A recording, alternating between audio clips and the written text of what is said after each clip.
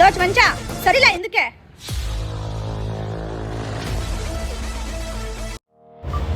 ಲೇ ಹನಿಮೆ, ಈ ಗೌಡ್ರ ಮಾತನ್ನ ಕೇಳಬೇಡ್ಲ ಕಣ್ಲ. ನಿಮ್ಮನೆ ಹೆಣ್ಮಕ್ಳು ಬೇರಲ್ಲ, ನಮ್ಮ ಮನೆ ಹೆಣ್ಮಕ್ಳು ಬೇರಲ್ಲ. ಈ ಥರ ಮಾಡಿರೋ ಸೂಳೆ ಮಕ್ಕಳನ್ನ ತುಂಡ ಕತ್ತರಿಸಾಕ್ಲ. ಮತ್ತೆ ಅವ್ರ ತಾಯಿ ಗರ್ಭದಲ್ಲಿ ಹುಟ್ಟಬೇಕಂದ್ರೆ 100 ಸಲ ಯೋಚನೆ ಮಾಡಿ ಹುಟ್ಟಬೇಕು.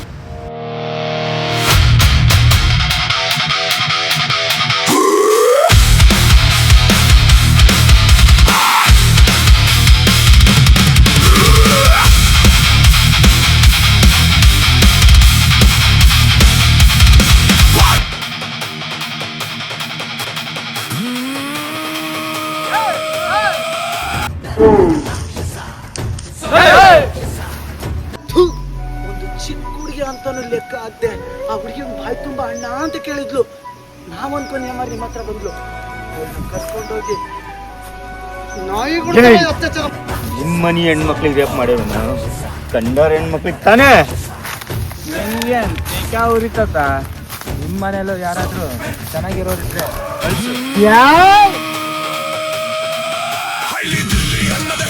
ಹಣ್ಣು ಅಂದುಕೊಂಡಿರೆ ಹದ್ದುಗಳ ಹಾಗೆ ಕುಕ್ಕಿ ಕುಕ್ಕಿ ತಿಂದಿರೆ. ಲಾಯಿಸೆ ರಘು ಎಳಿಯೋ ಕಿಚಕರೆ, ಇಂಥವರಿಗೆ ಬದುಕೋ ಅವಕಾಶ ಕೊಡದಿರು ದೇವರೇ. ದುನಿಯಲ್ಲೇ ಹುಟ್ಟಿದ ನರ ಮಾನವ,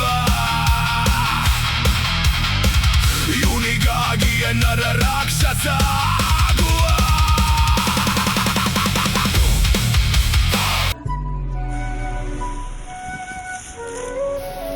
ಅಪ್ಪ ದೇವ್ರೆ, ಕೆಟ್ಟರಿದ್ದೆ ಯಾವಾಗ ಇರ್ತೀಯಾ? ಈ ಹುಡುಗಿನ ಅತ್ಯಾಚಾರ ಮಾಡಿರೋರು ನಮ್ಗೆ ಹೊಡಿವಾಗ ನಮ್ಮನ್ನ ಕಾಪಾಡಕ್ ಯಾರು ಇಲ್ವೇನಪ್ಪ? ಬಾರಪ್ಪ.